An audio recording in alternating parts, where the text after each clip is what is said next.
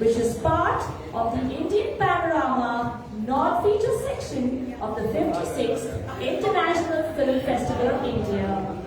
So gracing the red carpet are our very special guests, Director Rajesh Amrohi and Savita Sharma Nagar, along with the rest of the cast. Producer of the film from IGNC. We are producer of the film from IGNC, Indira Gandhi National Center for the Arts. Amazing. And of course, our special guests are being hosted on the red carpet by the CEO of IFFI and General Manager NFDC, Mr. Gautam Bhanot. I have a question or two for the director.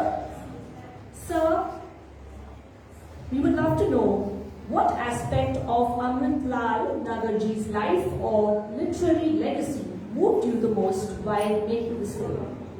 As I said earlier, Nagar used to say, "Zindagi Laila hai, usse Majnun ki tarah pyar karo. Life is a Juliet, love it like a Romeo." So that was very intriguing because the person who is not deep into love cannot create this kind of line. So I thought this man is very interesting, and Savita belongs to the family. So when we started reading Nagar, we understood that if you need to understand the character of 20th century, if you need to understand the soul of this country, if you need to understand the cultural history of this country, Nagar is one of the important person to talk to. So that was the first impression we got, and जैसे जैसे फिर research करते गए, जैसे जैसे उनके पास जाते गए, पहले 6 महीने तो लगा कि किसी साहित्य के बारे में बात कर रहे हैं. देन सडनली ये जो अट्रैक्शन एंड इन्फेचुएशन है वो इश्क में तब्दील हो गया. और एक दिन नागर ने हमें कान से पकड़ के ले लेके, बेटा कहाँ घूम रहे हो, किताबों में हमारे पास आओ. उनकी किताब जो उनकी इंटरव्यू का कलेक्शन है वो जॉइंटली हमने पढ़ा. देन उसके बाद हमें ऐसा लग रहा था कि नागर हमारे साथ घूम रहे हैं, बात कर रहे हैं. एंड द टाइम केम कि नागर ने हमारी रात की नींदों का जो है वो खराब कर दिया. He took control of our life. सोते जागते उठते बैठते वी वर जस्ट टॉकिंग नागर, नागर एंड नागर. मैं नागर जी की फैमिली से हूँ एंड ये मेरा सौभाग्य है. मुझे ये लगता है कि एक फिल्म मेकर के नाते मेरी नैतिक जिम्मेदारी है कि मैं नागर जी पर काम करूँ. और हालांकि कुछ कुछ डॉक्यूमेंट्रीज नागर जी पर बनी हैं, पर वो कुछ इन्फॉर्मेशन होती है हम गूगल से भी ले सकते हैं.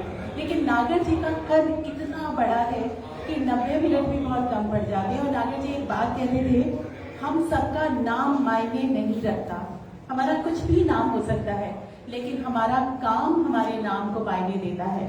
तो नागर जी ने जो काम किया वो हम सब तक आज भी है. और डिजिटल के युग में आज हम हैं, तो हमने जो ये फिल्म बनाई है, मुझे लगता है उनका काम उन्हें हम सब तक लेकर आया और ये फिल्म उन्हें आगे आने वाली जनरेशन तक लेकर जाए.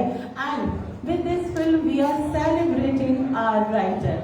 जो हमारे भारत में थोड़ा सा हम अपने लेखकों के लिए थोड़ा कम सोच पाते हैं, तो हम चाहते हैं कि हमारे लेखकों को हम सेलिब्रेट करें. जैसे पश्चिम में हम देखते हैं उनके गाँवों को सहेजते हैं, उनके हर एक आम छोटी छोटी चीजों को. So we are celebrating our writer. और ये परंपरा हम राजेश जी हम लोग आगे भी जारी रखेंगे. एक छोटा सा किस्सा उनकी जिंदगी का मैं आपसे शेयर करना चाहूंगा. नागर जी भांग के बहुत शौकीन थे. रोज बारिश हो, आंधी हो, तूफान हो, कर्फ्यू हो, भांग छन्नी और भांग पीनी है, और जो घर में आ जाए उसको भांग पिलानी है. तो एक बार संजय गांधी लखनऊ पहुंचे और वहां के 3 प्रोमिनेंट राइटर्स थे. तो संजय गांधी साहब ने इच्छा जाहिर की कि भैया तीनों से मिलना है. 2 तो भागे मिलने के लिए. नागर जी ने कहा, भैया जाके बोल दो शाम को हमारा भांग छानने का समय होता है, उस वक्त भगवान भी नीचे आए तो हम किसी से नहीं मिलते हैं. तो मैंने कहा, भैया मेरी नौकरी जाएगी. बोलो पंडित जी ने ऐसा बोला. सो सच लाइफ लविंग. एंड भांग पीते थे. आप देखिए कि रात शाम को 4 घंटे भांग पिया और सुबह उठते थे तो वो डिक्टेट करते थे. एक लिपिकार आता था, वो लिखता था और वो लिखता जाता था. कभी रेयर ऐसा होता था कि किसी लाइन को वो रिपीट करते थे या कट करते थे. सच फोकस पर्सन. सो मेरा ये कहना है, जैसे सविता ने कहा कि for us this is not just creating biopic. हमारा कलाम यूथ से है, क्योंकि मैं अब मेरे साथ बहुत यंग लड़के लड़कियों के साथ काम करता हूँ, सब कहते हैं कि सर कहते हैं ये जनरेशन कुछ नहीं करती है, ये कल्चर नहीं समझती है, ये नहीं करती। तो हम कहते हैं कि दिया है किसी ने ढंग से। So we have to find innovative ways. We have to go into their milieu and talk in their language. So इस फिल्म में हमारी इतनी कोशिश ये रही है कि एक भी शब्द हिंदी का हमने ऐसा नहीं इस्तेमाल किया जिसके मायने अंग्रेजी में ढूंढने पड़े। You know, the idea is, चाहे हम हिंदी किसी की बात करें, कि we consciously make things difficult, है ना, to understand। तो हमारे है कि जितना सिंपल से सिंपल करेंगे। लाइक मैं दावा करता हूँ कि नाचो बहुत गोपाल उनका एक नावल है। आज हम फेमिनिज्म की बात करते हैं, दलितिज्म की बात करते हैं, राइट। 50s में 60s में वो आदमी नावल लिख रहा है कि एक ब्राह्मण लड़की जो है एक बंगी लड़के के साथ भाग जाती है। यू कैन इमेजिन कि क्या दौर रहा होगा, और कितने क्रिटिकली चीजों को देखते हैं, कितनी इन डेप्थ स्टडी वो उसमें करके आते हैं। नागर is the only writer in this country जिन्होंने फिक्शन में भी रिसर्च किया। यू नो, हम घर में बैठ के लिखते हैं। So this becomes very important कि जब वो गोंडर समुद्र करते हैं, नाचो बहुत गोपाल करते हैं, तो अपने रूम में बैठ के नहीं करते हैं। He goes to the places, talk to the people, और 50 किताबें पढ़ते हैं। And then he gives a statement कि स्टैनली राइस की किताब है कि बंगी कोई जाति नहीं है ना। अगर आप गोंडर समुद्र में देखेंगे, आज हम जो भी बात करते हैं, तो अंग्रेजों ने हमारे साथ, आज हम जो भी हैं, कल क्या होने वाले हैं, हमें अंग्रेजों ने कैसे बनाया, कैसे हमारी दातुन छीन के हमें पेस्ट हमारे माथे में कर दिया, कैसे हमें इतना इंफीरियरिटी कॉम्प्लेक्स दे दिया कि जहां हम पर्शियन संस्कृत में बात करते थे, आके कहा कि जो अच्छा है वो अंग्रेजी में है। आप अंग्रेजी नहीं जानते तो आप इस देश का इतिहास नहीं समझते, आप बात ही नहीं कर सकते। आज भी हम उस कॉम्प्लेक्स का शिकार हैं।